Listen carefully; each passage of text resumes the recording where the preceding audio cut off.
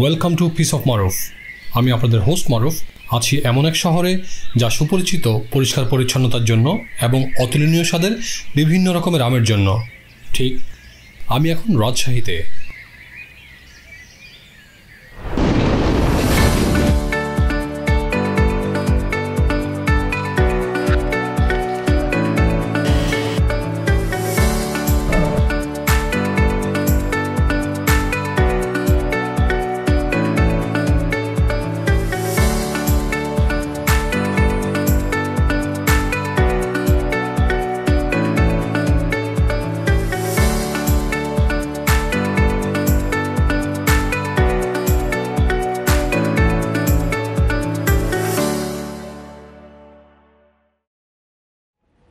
Finally অনেকগুলো সপ্তাহের কাউন্টডাউনের পর আমরা আমাদের জার্নি শুরু করতে যাচ্ছি এবং বর্তমানে কমলাপুর রেলওয়ে স্টেশনে আছি। পেছনে আমাদের ট্রেন দেখা যাচ্ছে। আশা করা যাচ্ছে খুব দ্রুতই আমাদের ট্রেন ছেড়ে দিবে এবং আগামীকাল ভোরবেলা আমরা রাজশাহীতে পৌঁছাবো। আমাদের সাথেই থাকবেন।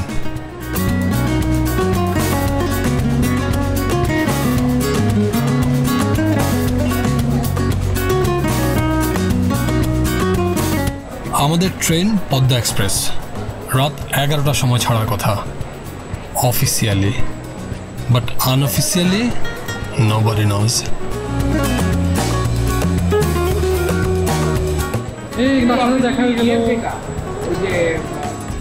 এটা আমাদের কামরা এবং অবশেষে ট্রেন ছাড়ল আমাদের গন্তব্যের উদ্দেশ্যে। ট্রেন তার চিরপরিচিত সুর তুলে প্ল্যাটফর্ম ত্যাগ করছে এবং আমরাও ঢাকাকে বিদায় জানাচ্ছি 2 দিনের জন্য।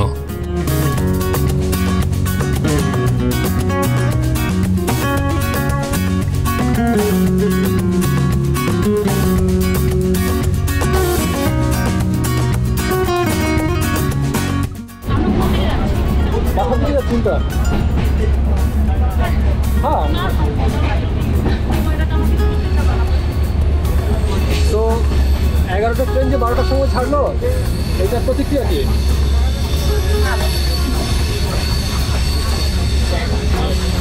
How do you feel actually? Right now actually how do you feel? মানে উল্টো যাচ্ছে বাসার দিকে, বললো নাকি? আমি বুঝছি তো এটা কোন দিকে যাচ্ছে। এটা উল্টো যাচ্ছে, মানে বাসার দিকে। আমরা যেখান থেকে আসছি ওদিকে যাচ্ছি। এটা কি ওদিকে যাচ্ছে? হ্যাঁ। না, আসতে বলো না। হ্যাঁ। বাসার দিকে যাচ্ছে নাকি? হ্যাঁ, বাসার দিকে যাচ্ছি। কত বেশি? দুর্ভাগ্যবশত আমাদের সিট পেয়েছি উল্টা দিকে, মানে ট্রেন যেদিকে যাবে তার বিপরীতে আমরা মুখ করে বসেছি।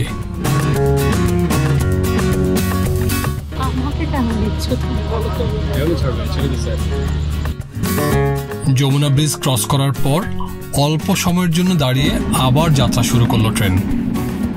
যেহেতু নন এসি আর উল্টো দিকে সিট পেয়েছি, তাই গরম একটু বেশিই লাগছিল।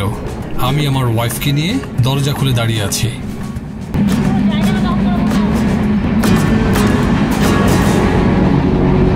আমার ভিডিও কেমন লাগছে জানাবেন, সাথে লাইক এবং সাবস্ক্রাইব করবেন। একই সাথে কোথায় কোথায় ইমপ্রুভ করা উচিত কমেন্টে জানাবেন। আপনার উপদেশ আমার জন্য অনেক মূল্যবান।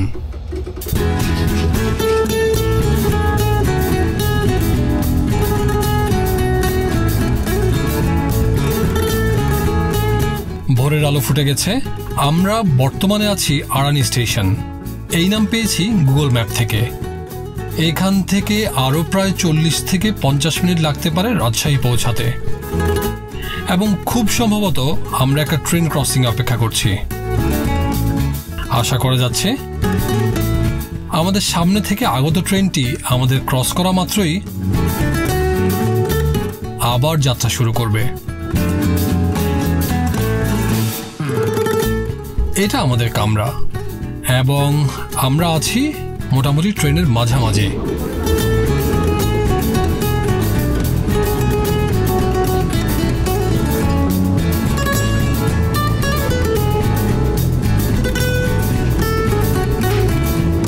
আমাদের এবারের গন্তব্য ঢাকা থেকে প্রায় 270 কিলোমিটার দূরে রাজশাহীর বরেন্দ্র রিসোর্ট। যেখানে খুব সুন্দর পরিবেশের সাথে আপনি আমের সিজনে নিজ হাতে গাছ থেকে পেড়ে পেট ভরে আম খেতে পারবেন।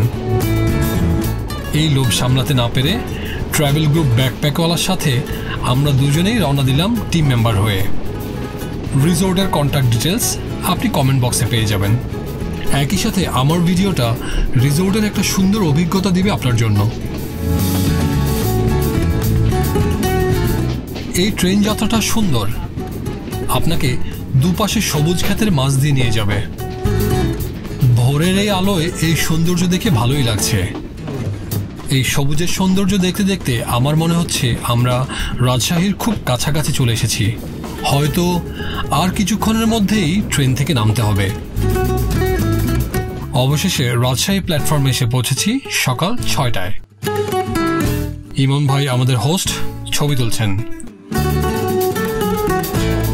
সারা রাতের জেগে থাকা নন এসি কেবিনে জার্নি করে সবাই টায়ার্ড মনে হচ্ছে। আমরা একে একে প্ল্যাটফর্ম থেকে বের হয়ে যাচ্ছি।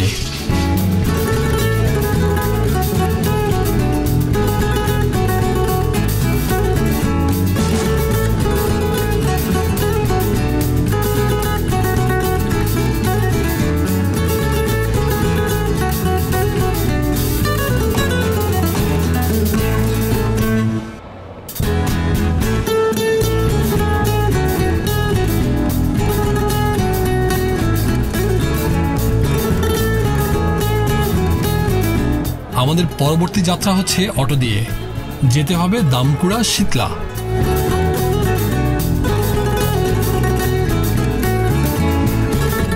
সুন্দর এই সকালে দুটো অটো নিয়ে সবাই রওনা দিলাম, সব ব্যাগেজ সাথে করে। যদিও সবাই বেশ টায়ার্ড। লম্বা যাত্রায় খিদা লেগে গেছে খুব সকালেই, তাই পথে এক রেস্টুরেন্টে সবাই নামলাম সকালে নাস্তা করার জন্য। এখানেই ব্রাশ করে হাত মুখ ধুয়ে রসালো মিষ্টি, ডাল, সবজি, ডিম পরোটা দিয়ে পেট ভরে নাস্তা করে নিলাম।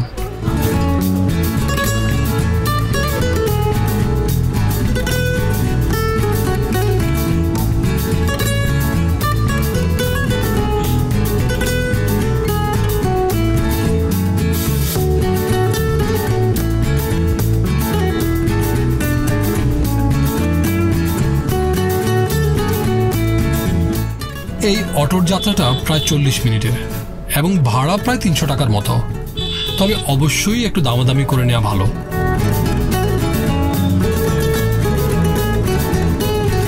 যাই হোক, অবশেষে চলে আসলাম আমাদের কাঙ্ক্ষিত বরেন্দ্র রিসোর্টে, যেটা ম্যাঙ্গো গার্ডেন রিসোর্ট নামেও পরিচিত। একটা ডুপ্লেক্স বিল্ডিং, বেশ বড় এরিয়া, সামনে ফাঁকা জায়গা, সাথে অনেক আম গাছ। এইরকমই একটা জায়গার স্বপ্ন বোধ হয় সবাই দেখে। সবাইকে আগে আগে পাঠিয়ে দিয়ে আমি একটু পরে যাচ্ছি, যাতে একটা ক্লিন ফুটেজ পাওয়া যায়। যেদিকে তাকাই আম গাছ, আর গাছের সুবহানাল্লাহ কি সুন্দর আম ঝুলে আছে। দৃশ্যটা এতটাই সুন্দর যে গাছ থেকে পেড়ে আম আর খেতে ইচ্ছা করে না।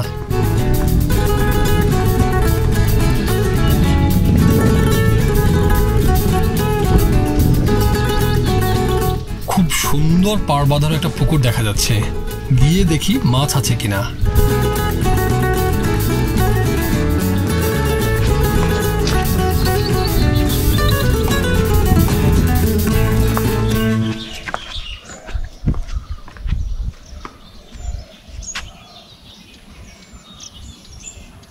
বাহ, ও খুব সম্ভবত এখানকার পাহারাদার। হ্যালো,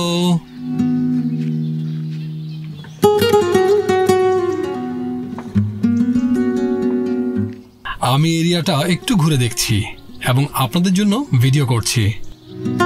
আর একটা ছোট সাইজের আম গাছ, কিন্তু মাশাআল্লাহ অনেক আম ধরে আছে। এই দৃশ্যটা দেখার জন্যই ঢাকা থেকে এত দূরে আসা।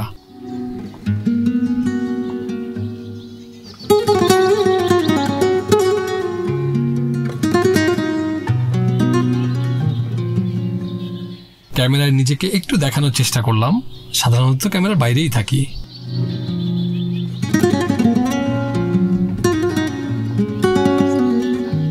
চলুন এবার বাসায় ঢুকে দেখি কি অবস্থা ভেতরে।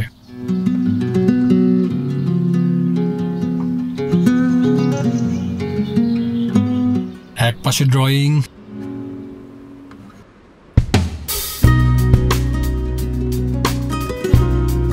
আরেক পাশে ডাইনিং দেখা যাচ্ছে।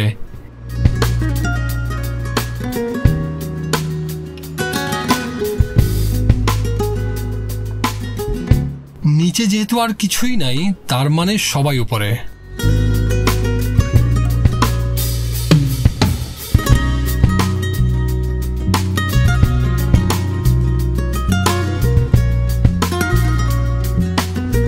হ্যাঁ, জুতা দেখা যাচ্ছে। আর একে আমি আমার আদরের টুকরা পেয়ে গেছি।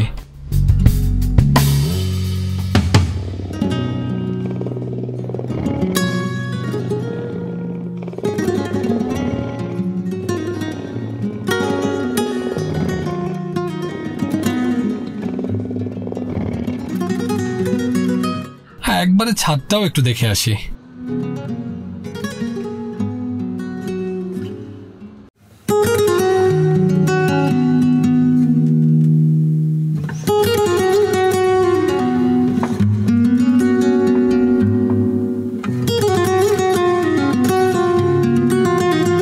বাহ, বিকেলে বা রাতে আড্ডা দেওয়ার জন্য আদর্শ।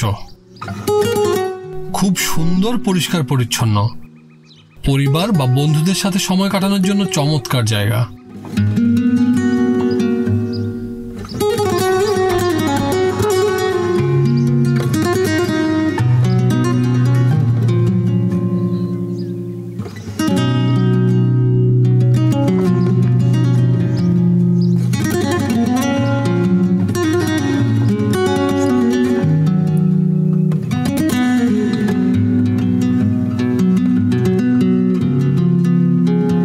যেদিকে তাকাই সবুজ সুন্দর গাছপালা ছাড়া আর কিছুই চোখে পড়ে না।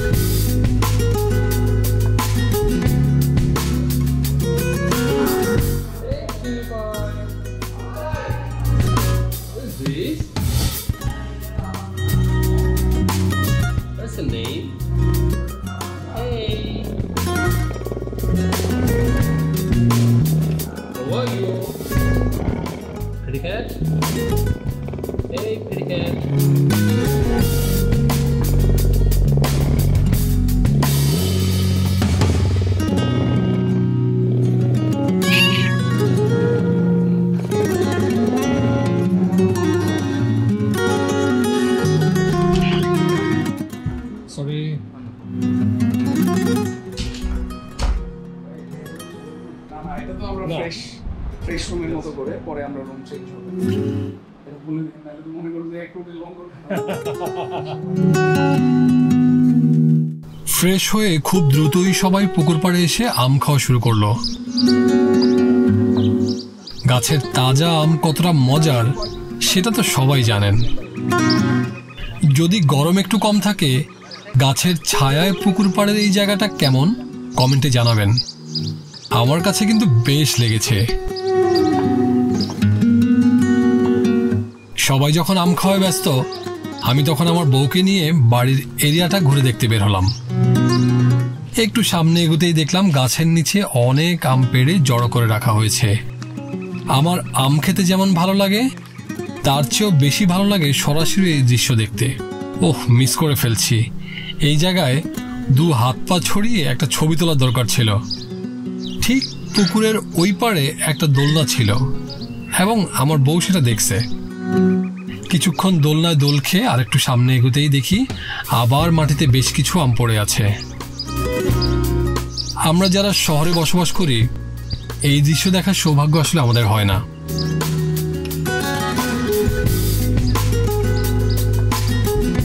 আমি দূর থেকে ওই বয়স্ক মানুষটাকে দেখে বউকে বলি ওনাকে দুটো আম দিয়ে দেই। কাকা এগুলো কদিন পরে পাকবে? আর কাছে গিয়ে দেখি উনি আম পাড়ছেন। উল্টা উনি আমাদের বলছেন আম খান।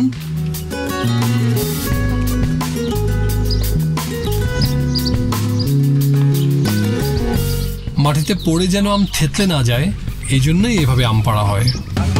কি সুন্দর দৃশ্য।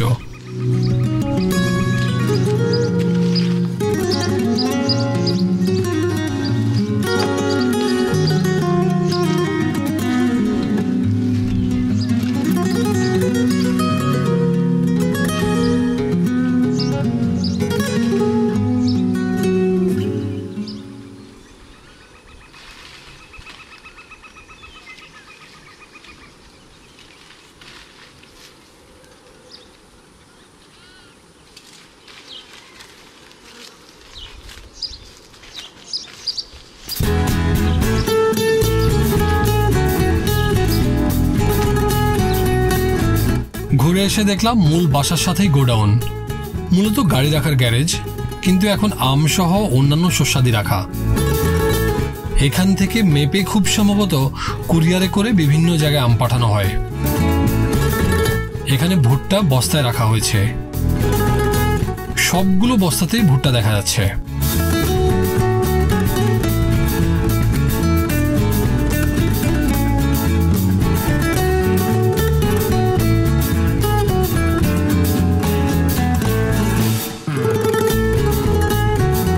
যাই হোক, দুপুরের খাবার সময় হয়ে গেছে।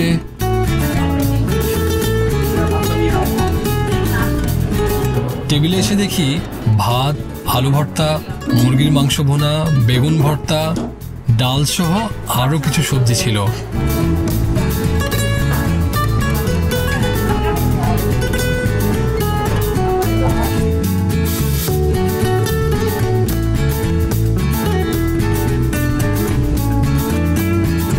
খাওয়া শেষ, সবাই রেডি হচ্ছে এবং এই ফাঁকে আবারও আম দেখাই।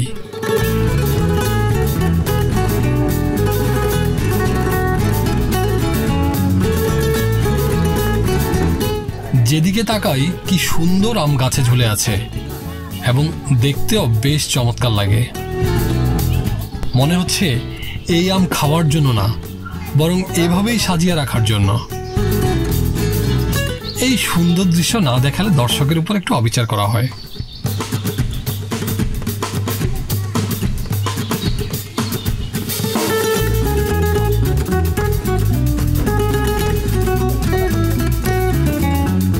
ইমন ভাই আর তানিম ভাই দুষ্টামি করছে, যদিও ওনাদের সাথে এবারই প্রথম পরিচয় এবং প্রথম ট্যুর, কিন্তু বেশ আন্তরিক।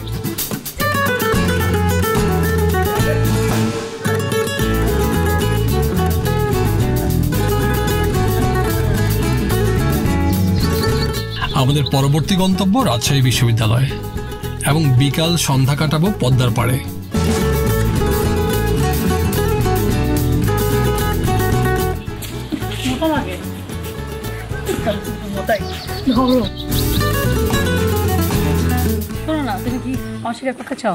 এই টাইপ কোশ্চেন ট্রিকি এবং আনসার করা যে কোনো হাজবেন্ডের জন্য একটু বেশি টাফ।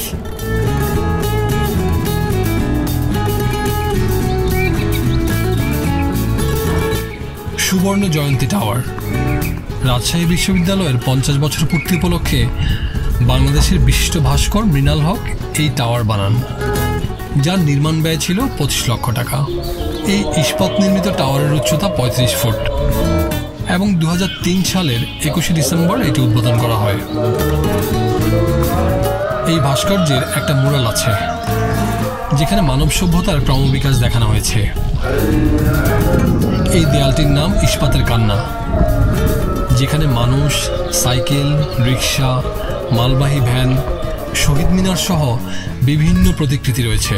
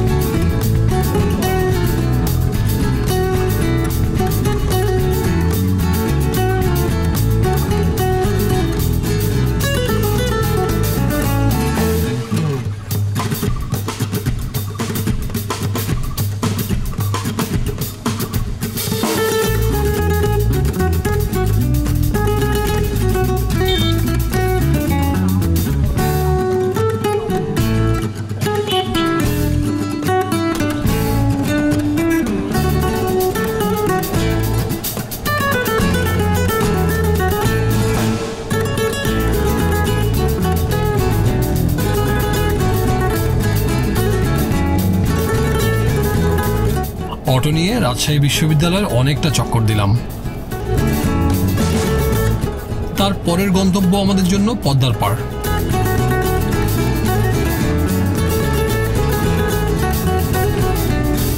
আমার মনে আছে আমি এই সময়টাতে ঘুমে পড়ে যাচ্ছিলাম, কারণ রাতে ট্রেনে ঘুম হয়নি, তারপর দিনেও ঘুমানোর সুযোগ ছিল না।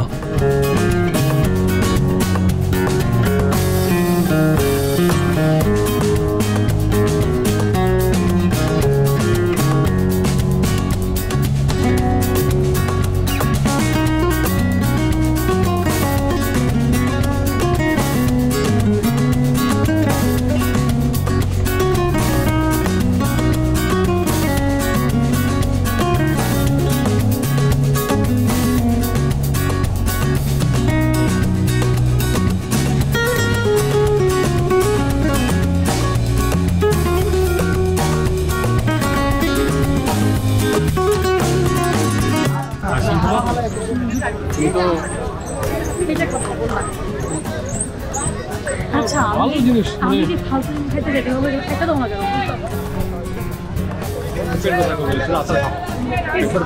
আরো একবার পেট ক্লিয়ার হয়ে যাবে।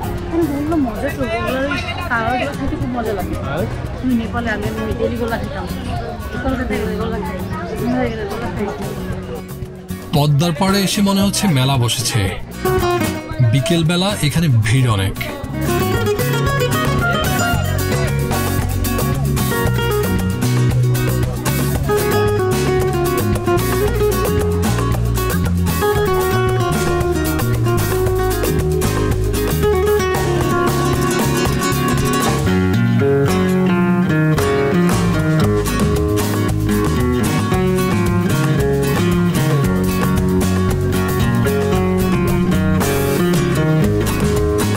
সন্ধ্যার সময়টা সুন্দর যদি বাতাস থাকে। আমরা একটু গুমোট আবহাওয়া পেয়েছি। সন্ধ্যা পর্যন্ত এখানেই ছিলাম।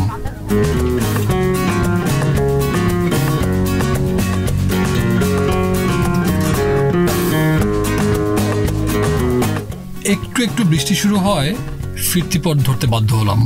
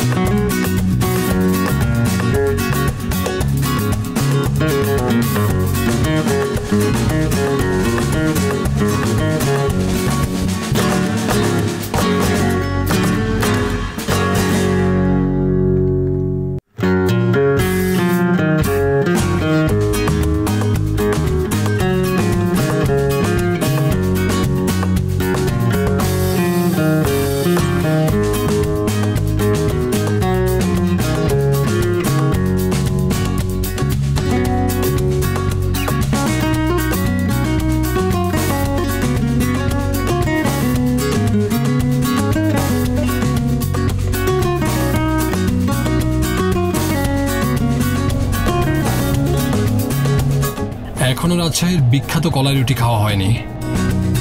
ফিরতি পথে এটা আমাদের নেক্সট টার্গেট।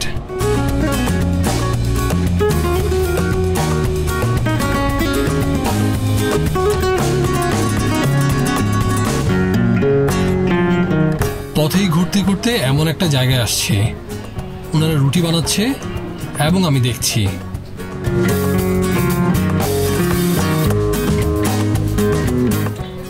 যেহেতু আগে খাওয়া হয়নি, রুটি আমি একটু খেয়েছি।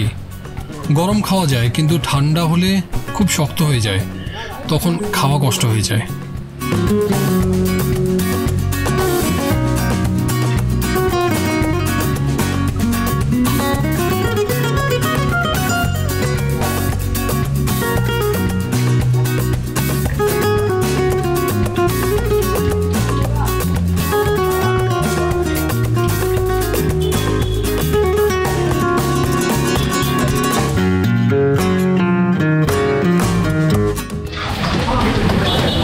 নর্মাল স্পেশালের মধ্যে পার্থক্য কি? নর্মালে হলো কালাইতে কম থাকে, কালাইতে দিয়ে বানাই। কালাই কি মানে মাছ কালাই দেওয়া। আচ্ছা, মাছ কালাই। হ্যাঁ, ওটা কম থাকে। আর এটা স্পেশাল ওটাতে আপনার কালাই পরিমাণ এটা কি নর্মাল কোনটা? এগুলো নর্মাল। আর ওখান থেকে আরও স্টার্টার নিয়ে না, এটাই তো, এটাই তো। এটা শক্ত, আমার তো নরম দরকার। এটা হাত দিয়ে বানাইতে হয় না?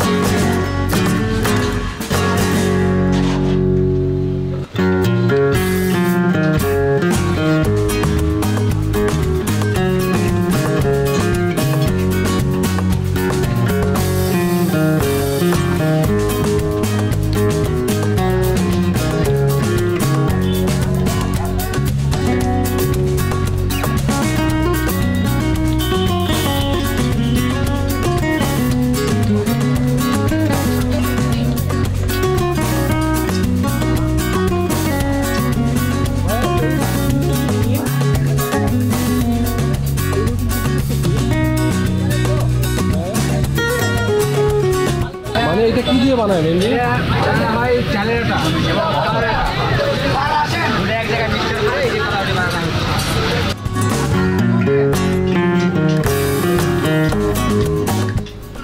রুটি দিয়ে খাওয়ার জন্য গরুর ভুঁড়ি, হাঁসের মাংস, গরুর মাংস আছে।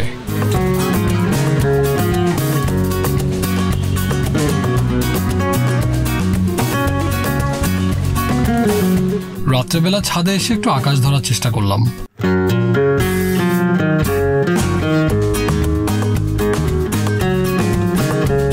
পরের দিন সকালবেলা সবার বোঝার সুবিধার্থে ওয়াশরুমের অবস্থাও দেখিয়ে দিচ্ছি।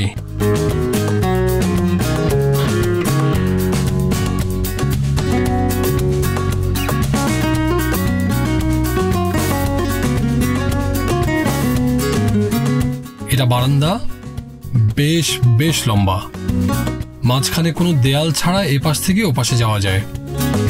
ও প্রত্যেকটা রুমে এসি আছে, সুতরাং রাত্রেবেলায় খুব আরাম করে আপনি ঘুমাতে পারবেন।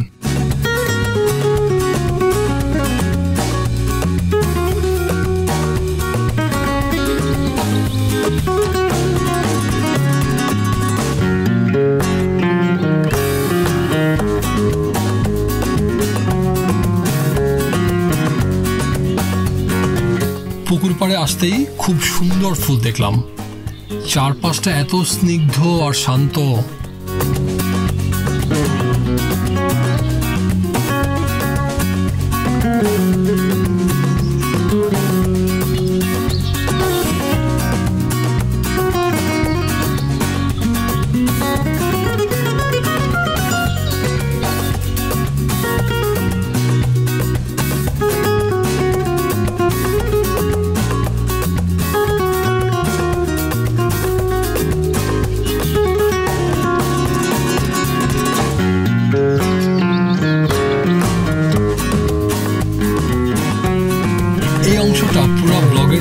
আমার সবচেয়ে পছন্দের। ব্যক্তিগতভাবে আমি বিড়াল খুব পছন্দ করি। ক্যামেরা নিয়ে ঘুরছিলাম, হঠাৎই চোখের সামনে দৃশ্য ধরা পড়ে।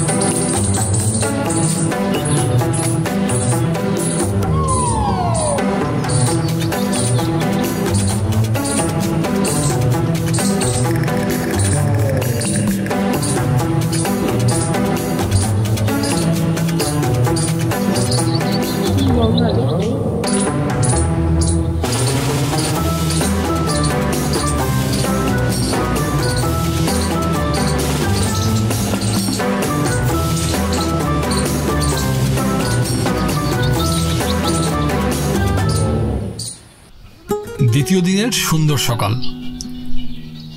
ঢাকা থেকে আসা ট্রেন জার্নি থেকে শুরু করে গতকাল রাত পর্যন্ত বিছানার সাথে কোনো কন্টাক্ট ছিল না।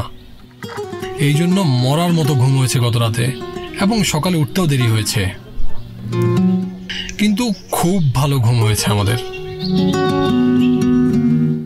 ফ্রেশ হয়ে রুটি, আলু ভাজি, ডিম, মুরগির মাংস দিয়ে সকালের নাস্তা সেরে নিয়েছি।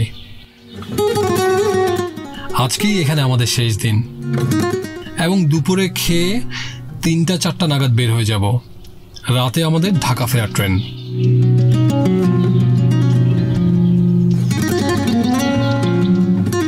যেহেতু ইভেন্টে আসছি, বাড়তি কোনো ঝামেলাই নিজের মধ্যে ছিল না। জনপ্রতি 6,000 করে 12,000 টাকা দুজনের জন্য ইমন ভাইকে দিয়ে দিয়েছি এবং এর মধ্যেই আমাদের যত থাকা, খাওয়া, ঘোরাঘুরি সবই ছিল, কোনো ব্যক্তিগত খরচ ছাড়া। এখনো হাতে বেশ লম্বা সময় আছে এবং রিসোর্টের বাইরের চারপাশটা ঘুরে দেখার সময়ও হয়নি। আমবাগান দেখতে এসে রিসোর্টে থাকলে কি চলে?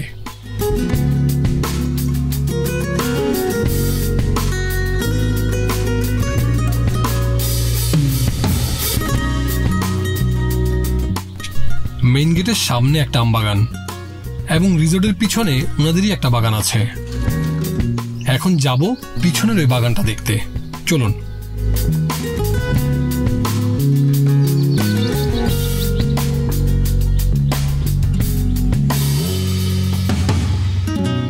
আমি ভাইয়াদের পিছনে এগোচ্ছি। বেশ গুছানো সারিবদ্ধ আমবাগানে খুব ভালো লাগছে দেখতে।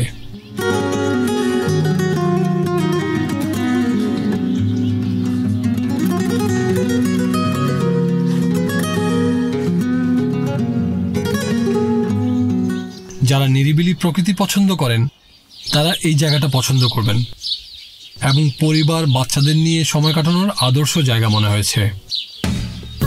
শহরে বাচ্চারা তো খোলা জায়গাই পায় না, সেখানে এই সবুজ আপনাকে খুব চমৎকার একটা সময় উপহার দেবে বলে আশা রাখছি।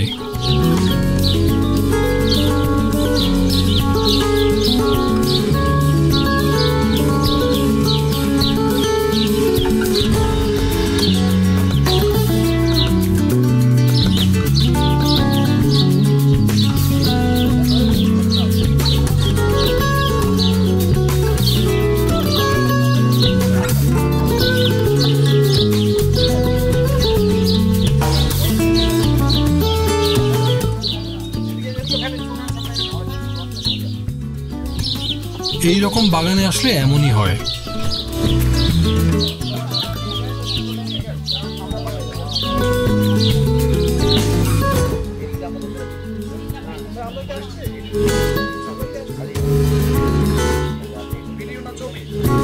ভিডিও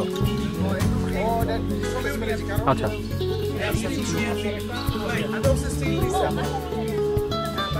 ভাইয়া একটু বেশি অন্ধকারের মধ্যে পড়ে গেছেন। এখন আমাদের হয়েছে আলোতে একটা ক্লিক করে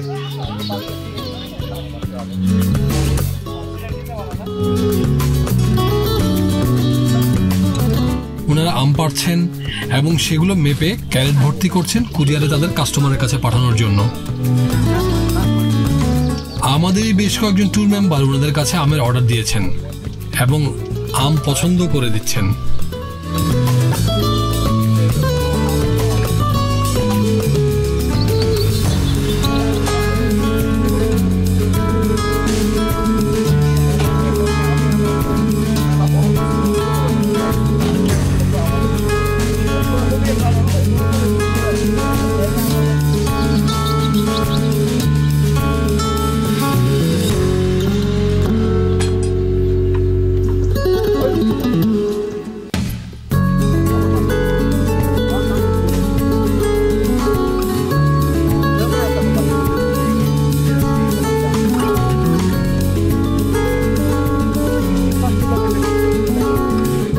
দৃশ্যগুলো যেন হাতে আঁকা ছবির মতো, মনোরম, স্নিগ্ধ, শান্ত, সবুজ, চোখ ফেরাতে মন চায় না।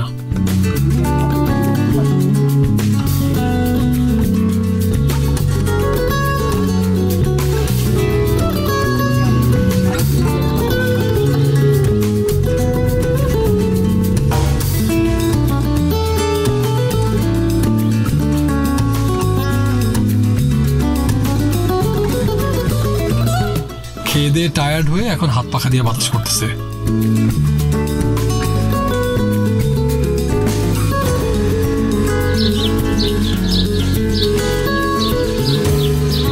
আনোয়ার ভাই, বাগানের আম শেষ হতে কদিন লাগবে? কবে সব আম পাড়ে ফেলবে?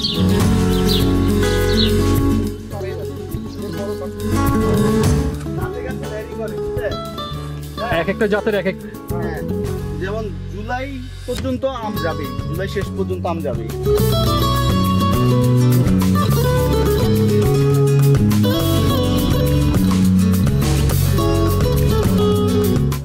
এর মধ্যে শাওয়ার নিয়ে লাঞ্চ শেষ করে এখন রেডি বিদায় নেয়ার।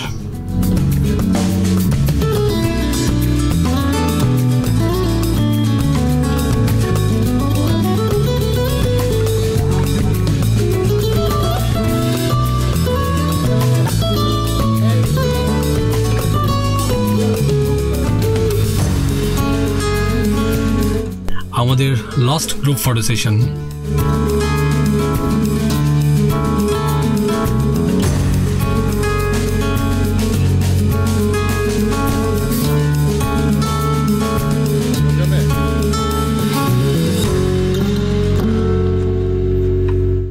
আমাদের মূল ট্যুরের এখানেই সমাপ্তি।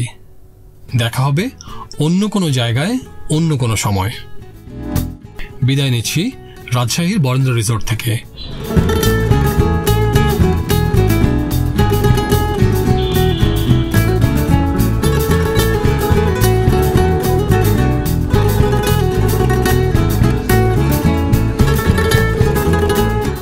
এইবার একটু অভিজ্ঞতা শেয়ার করি। প্রকৃতিপ্রেমী মানুষ হিসাবে আমার খুব ভালো লেগেছে। ট্যুর মেম্বারেরা খুব আন্তরিক ছিল। পরিবেশ, খাবার দাবার, থাকার জায়গা সব মিলিয়ে চমৎকার। আপনারা নিঃসংকোচে সুন্দর সময় কাটানোর জন্য পরিবার বা বন্ধুদের নিয়ে আসতে পারেন। তবে বলার অপেক্ষা রাখে না, আমের সিজনে আসলে সবচেয়ে বেশি ভালো লাগবে।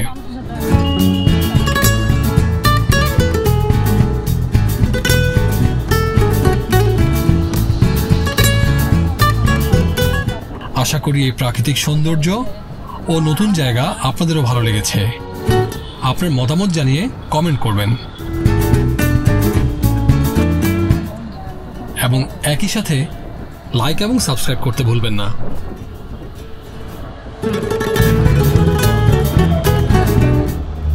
ঢাকাগামী প্রকৃতি এক্সপ্রেস থেকে সম্মানিত যাত্রীরা, আপনারা অনুগ্রহপূর্বক ধৈর্য সহকারে গাড়িতে নিশ্চিত আসন গ্রহণ করুন।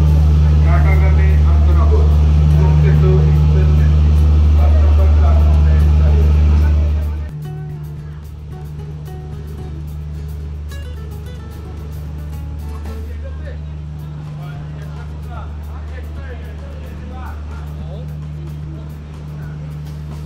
কেবিন কয়টা থাকে? কেবিন তো থাকেই হচ্ছে অল্প কাজ।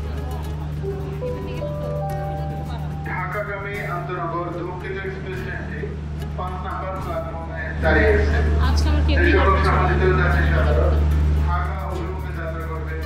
আপনারা অনুগ্রহপূর্বক গাড়িতে নিশ্চিত আসন গ্রহণ করুন। ঢাকাগামী আন্তনগর প্রকৃত এক্সপ্রেস ট্রেনটি 5 নম্বর প্ল্যাটফর্মে দাঁড়িয়ে আছে। আন্তনগর প্রকৃত এক্সপ্রেস ট্রেনটি 5 নম্বর প্ল্যাটফর্মে দাঁড়িয়ে আছে।